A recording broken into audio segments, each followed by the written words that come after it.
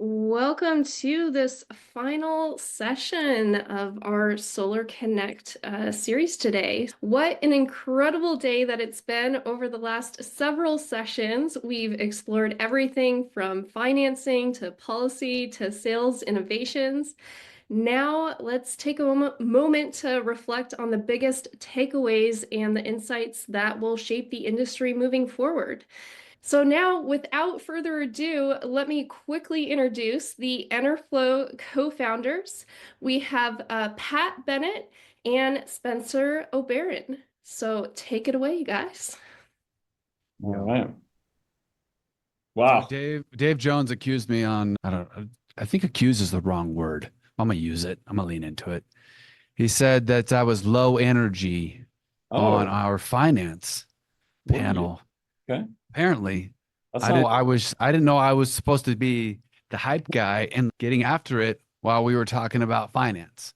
Yeah. So for all you all that were dozing off because I was low energy, mi culpa, lo siento. So you're gonna bring it right now, is what you're saying. Yeah, Regardless of what happened, you're gonna redeem yourself. yeah. Honestly, I can't even believe it's already at the end. I listened to every session. It went by super fast. Content was awesome. I think we should first start by just thanking everybody participating today. One, all those speakers. We probably had about 20 different speakers today, which is awesome. Yep. See the industry come together, and they didn't get paid for it. They just came to try to help level up the industry. And we definitely got to thank the Enerflow team, all their work, countless hours up and going up to, the last few weeks, wrangling everybody, putting the Zoom and everything together is awesome. So Yeah. appreciate it. You didn't get paid for this because I got a bunch of people signing up to my Patreon Oh, and dang. my YouTube channel, my Yeah. podcast. I'm like right behind Joe Rogan right I now love this shameless on plug there. Yeah. Spotify. Yeah. Yeah, for sure. Sweet. Do we just go session by session and talk about some of the key things or in trends or Ah, something? you know what, Pat, I'll let you take the lead on this. I just have a couple subjects that are on my brain, but we can go session by session. Yeah. So Or first if of there's all, any main themes that I you think we'll see some themes for sure. I had a layout by session to go through it. I would say the first thing that I'd say was a downer was the my market. energy. We already talked about your lack of Oh, energy. my bad. My bad. But the forecasts, right? I remember you and I were creating plans for next year, looking forward. Oh, what's solar going to do next year? 20% up. That's what every industry analyst saw. Everything we looked at, everyone's, yeah, 2025 should be 2024 is a bottoms out year. 2025 will be a recovery year, should see 20% growth. Now I know Ohm has said flat. Roth has actually said negative 10% growth for Yeah. next year. Yep. Yeah. What are your thoughts on that? How did that hit you? I don't know. That was I wish on this I could use the GIF of when Princess Bride. She's liar, liar. yeah. I wish I could use that right here, but I guess you'll just have to have me like pantomime it for you. Yeah, so I got to come on. I got off in the backstage and I was talking with Phil afterwards because there were some questions that I didn't want to throw certain companies and other things under the bus. And so I was, and maybe I should have, but I asked him some questions and I was like, so according to the OM analytics, like one of the downward pressures was interest rates. And I said, but if you look like one of our partners at like Asunder, for example, like 95% of their stuff is TPL. Yeah. So what does it matter? And then I also talked about the IRA and then tax credits, right?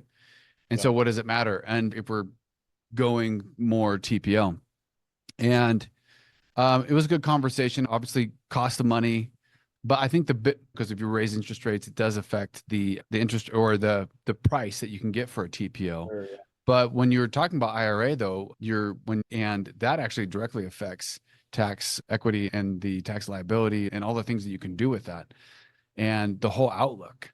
And we started talking about Trump and we started talking about what's important and how his ideologies match up. And we really had a good conversation on that. But one of the main takeaways for me was that as long as solar is being sold versus being bought, I think that we're going to continue to see a lot of downward pressure because the industry was being propped up in a bunch of different ways. It was being propped up by the IRA. And then first there was the 30% tax credit, then the IRA, and as you can get domestic content. And then because you could make so much money, sales groups are out there just crushing the doors, right? And creating the demand. Like there's pent up demand. It's there. It exists, but people aren't, it's either not mature enough or they're not educated enough to buy solar versus having it sold to them. And so when you go, if you keep taking this a little bit further, you have the, there's a change that has to happen. Because as we have these other things that were used to prop up the solar industry and get it going and invigorate growth, as those things go away, you have to make a transition from selling solar to buying solar. The panel that we just had with Demand IQ and Monali and Solar Cheat Codes was really interesting and really and timely. And I think a lot of installers see that. That's where I don't think analysts are taking that into account. And they could be spot on if we don't start making that transition this year. If we do start making that transition, I think they're wrong. I think that I think we'll see some really good growth. But at the cost of what? Like, if a sales rep can't make 10 G's a sale and they can only make 5 or 4 or 3, how many groups does that take out of the market? And Yeah, what kind of opportunity or depression does that create in the market? Yeah. Yeah, it's an interesting concept. It reflects me back to a couple of installers I met with a few weeks ago. I met with one of them and he's like, yeah, we grew 40% last year. So I don't know what everyone's talking about the industry being terrible, like we're crushing it. And I don't think that was all just because they were taking volume from others who went out of business. They actually found a way to crack their market, do things the right way, focus on the consumer experience, and grow. And Yeah. so I think there are opportunities and green shoots for sure for people to grow, but they have to be doing it a different way. And I'll tell you, this installer was doing it a different way. As he walked me through his process, I was like, you sound very different than most other installers I might talk to who rely on the sales dealer model, who don't do any of their own marketing, who don't have an inside sales team, who don't do a lot of things we just heard on the direct to consumer session. So I think part of it is maybe transforming the way you've done business and reinventing yourself and not being afraid to try new things. Yeah. Well, let's pull on that thread a little bit because that kind of reminded me of my risk mitigation conversation that we had with the financiers. So we have a lot of installers that you and I have met with that used to be all in on one finance company that's having troubles right now. Okay. For sure. And what are they doing? They're all diversifying. They're like, Yeah. oh, and instead of having one that they're all in, like Spencer, I'm getting the greatest deal. You're insane. They're Yeah. always going to be Pricing around. is so good. My rebates are so It's great. amazing. You suck. And now they're like, oh crap, you were right. And this isn't I told you so. It has nothing to do with that. We're like, a lot of people were saying this. We're not the only people, and it wasn't like don't work with that group. It's hey, diversify. Don't put all your eggs in one basket.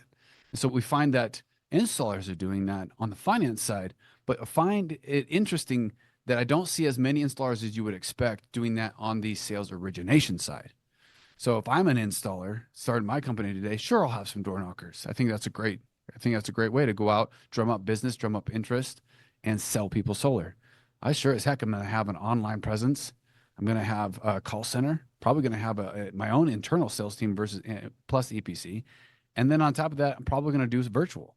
Like I'm going to put as many of those things out there to diversify my risks. So if one sales team gets recruited away and is purchased by like Freedom, for example, buys a lot of sales works.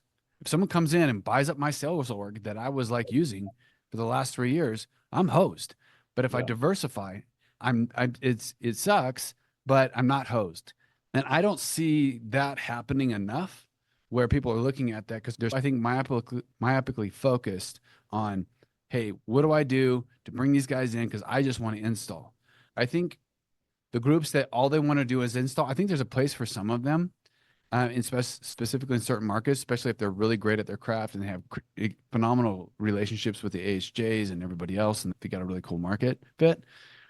But everyone else, like, you got to diversify. And that's one of the things I took away from this is that to be healthy and to mitigate your risk, if you're in this for the long game, you need to do that. And then also, as you were saying, do it differently. So that's one way to do it differently, but creating relationships. And let me back up and say it this way.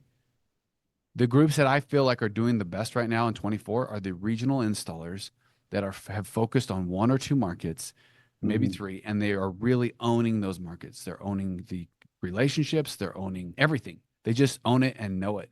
Those are the groups that are growing. The groups that are like, hey, let me go here, let me blitz there, let me do this, let me do that. I'm like, man, Yeah. you're over your skis. Yeah. No, I think diversification of marketing and lead strategies is critical, and not just having one way. And I think you connecting it to financiers and diversifying the same way I think that's a good connection. As we're thinking too, so the next one we had around policy, what came up a lot that Julia and Ben were both mentioning was the importance of not just like educating the consumer, but also educating the reps, right? Because if you sell in Florida, the rules or regulations or the way you sell the things you can say vary than another state. And so there is a big push by SIA right now to create a standard that every sales rep would actually have to go through in order to sell solar. Certain states are working on different requirements. It sounded like SIA helped bring some of that in their market. But I think the day of come over to solar, don't really understand it as rep, but I'm going to sell lights out and make money. I think those days are over. I think you have to really know your craft and know what you're talking about. And again, you were just talking about regional installers. I think regional sales orgs too, like really know that market and the value prop, and whether there is a VPP in that area for the customer, whether there is net billing and how that might affect their bill. If you can know the market really well and educate the consumer and help them uh, be educated to make the right decision, you're probably going to have less consumer protection issues because you took more time upfront in the sale to educate because you know more, rather than just staying very surface level and getting a quick sale. Then the customer has all these questions that someone else has to answer.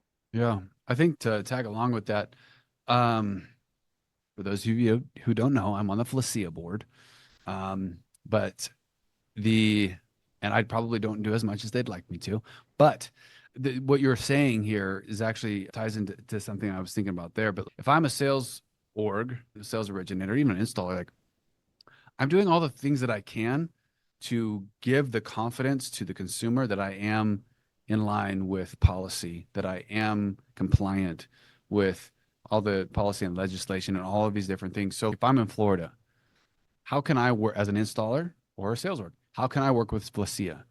Are there certifications that I can do? Felicia has a lot of that stuff. There's organizations in every state.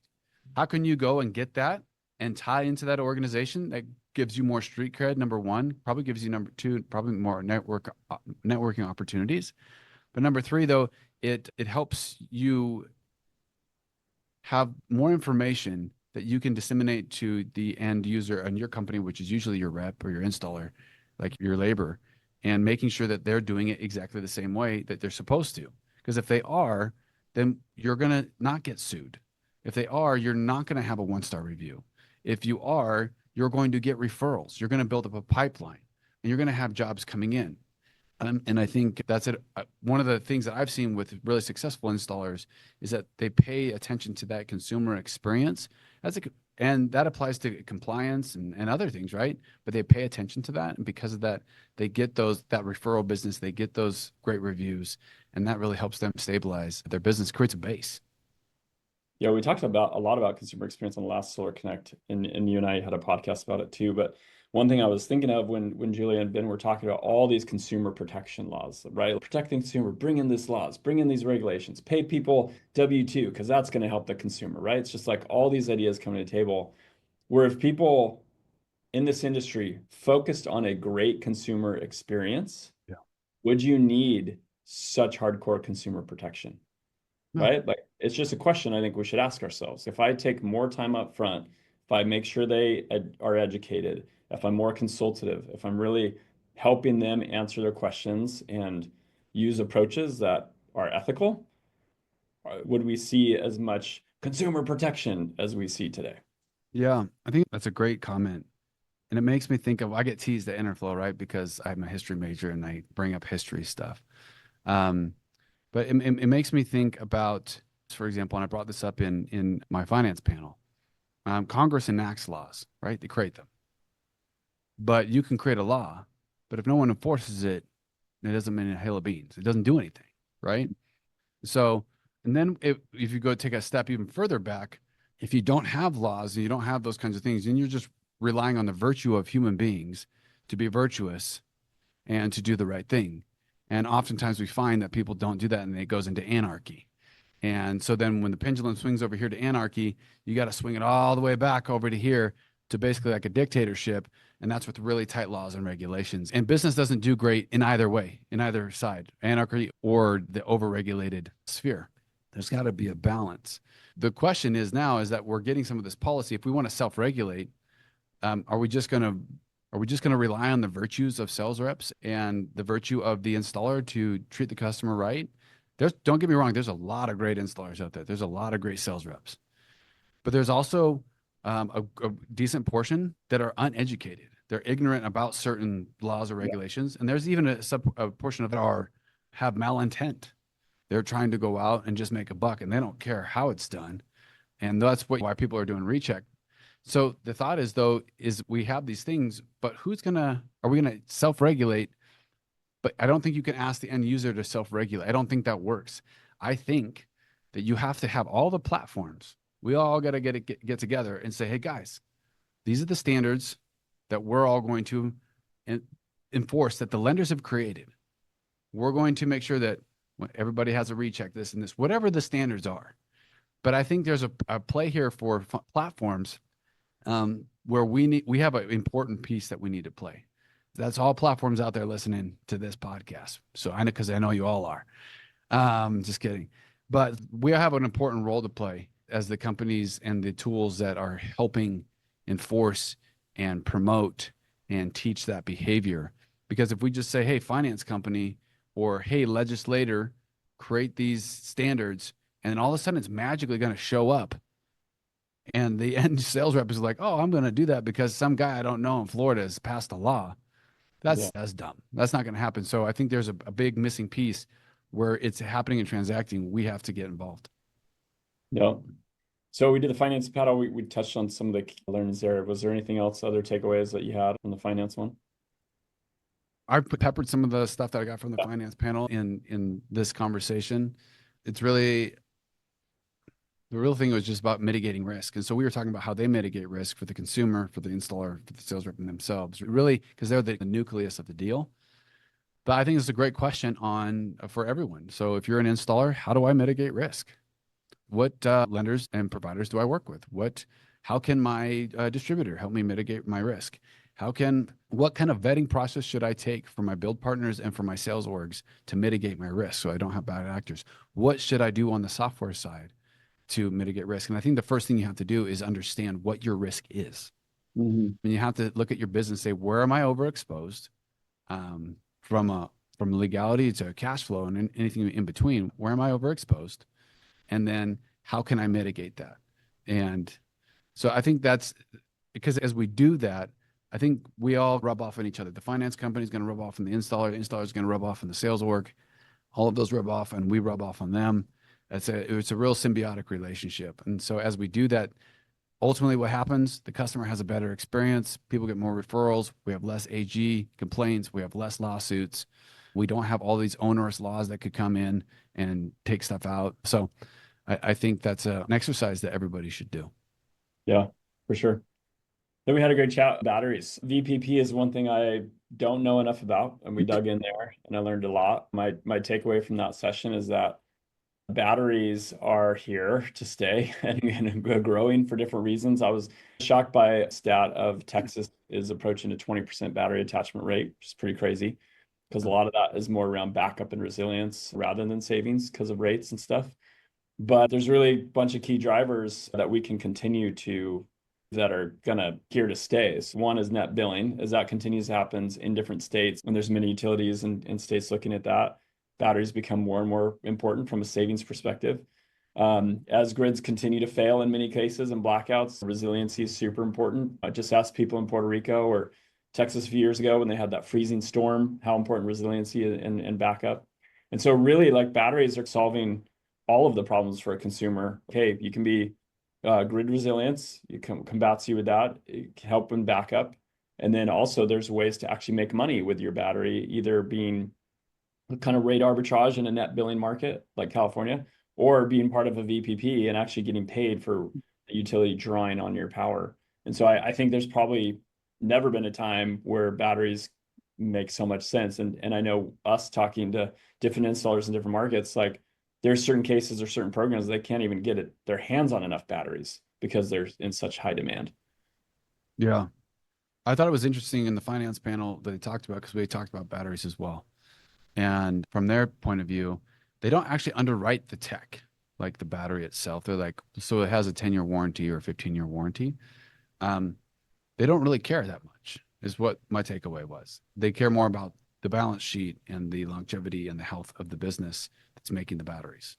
Because they're like, hey, if that battery says it has a 15-year warranty, but it goes out in 7 years or Yeah, eight who years cares? or 10 years or 15, whatever it is, we just have to make sure that we're underwriting that company. Mm-hmm. And I wonder how that's going to affect the new entrants. There's so many battery companies out there that want to get into the space.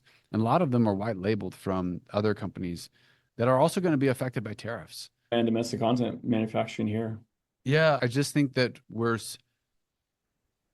I don't know if we're going to have a sleight of hand or something, but I think we're also focused on, at least I am, like what's happening in the ITC, what's going on with the IRA and domestic content, all of that. I think we could be on the precipice of a really exciting tariff war.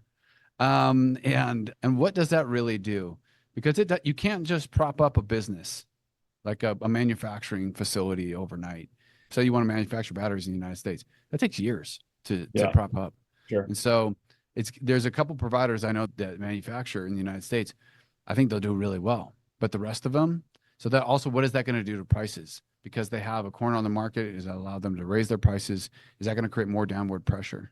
There's a lot of exciting things, and I say exciting because it can be exciting in a good way and exciting in a bad way that I think we're going to see unfold in the next 90 days as it comes to policy, as it comes to the tone from the administration.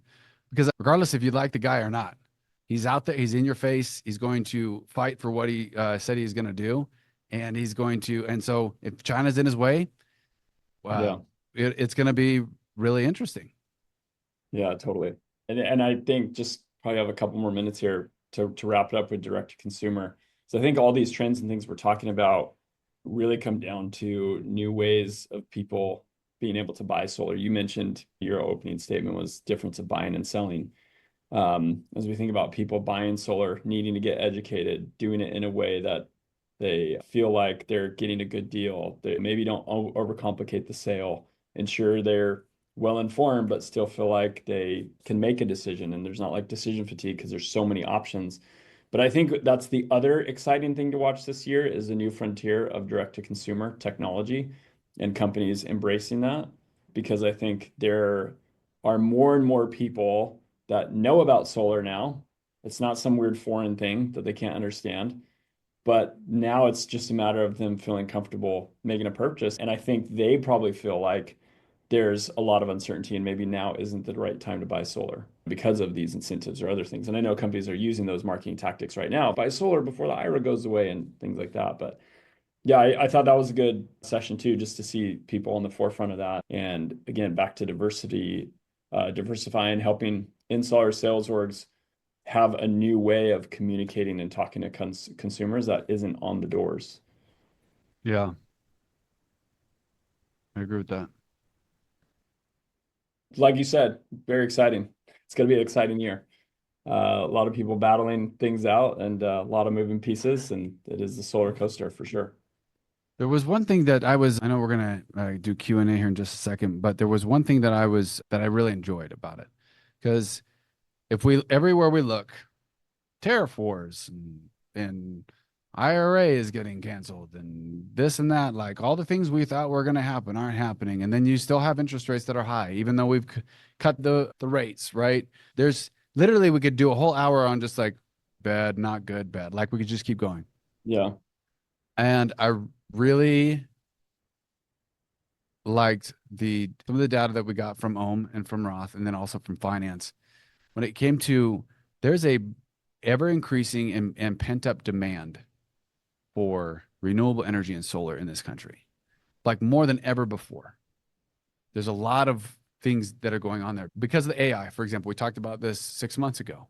AI is increasing rates everywhere, 160% increase in power used by AI, and it's increasing rates everywhere across the country. Rates are going up all over the place.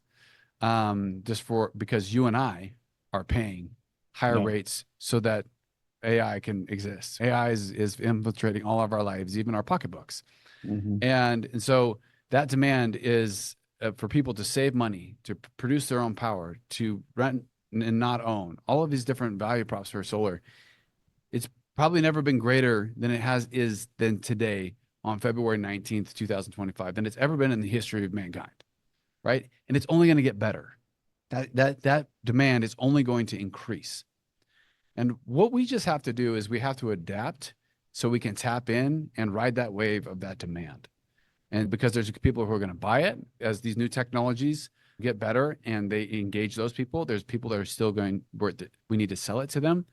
But there's millions and millions of homeowners and homes out in this country that need and will be getting solar. And the question is, are you going to be the group that does it? And not, you can't, there's not one group that's going to be able to do it. But adapt, change, make some tweaks, test those, review that and test it again and keep going because this isn't going away. We're not going away, right? This is a really great consolidation moment, a learning moment, and then it's going to rebound. Now, when all of that rebounds the way that we all want, is that 6 months from now? Is that 16 months from now? 2 years from now? I don't know. But let's do those things today so that we can take advantage of it because there's never been a greater opportunity. Yeah, amen to that. And I think there are micro rebounds happening. I think a lot of the OHM data, other things we're looking at, a lot of that's on the macro level. There's states that are showing growth. There's markets that are showing growth. There's installers that are having growth. And so there is a lot of growth out there to be had. It might take a while before the entire industry as a whole is growing, but there's definitely good pockets of where good things are happening. And the sun is still shining.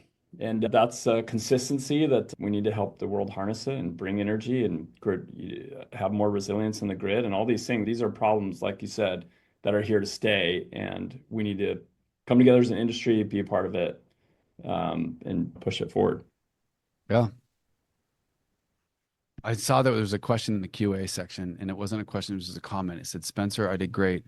And that nice individual was on my finance panel. So they were saying that I didn't have low energy. Dave Jones. You did do great. I think that's a good place to wrap. It's been great. Thanks again to everyone participating. Thanks to all those who joined, took time out of your days. We're just trying to make the industry better. All of us level up with this event, and excited to see you out there. Thank you. Thank you, Pat. Thank you, Spencer. So yes, as Pat said, that is a wrap for this SolarConnect 2025. But the conversation doesn't stop here. So stay connected, apply these insights, and let's continue to drive solar innovation. As I've stated before, the recordings for these sessions will be shared in the next few days. They'll be dropped right into your inbox. So be sure to share them with your friends, your colleagues, anyone who you think might be able to benefit from all this knowledge that's been shared today. So with that, we'll see you all next time.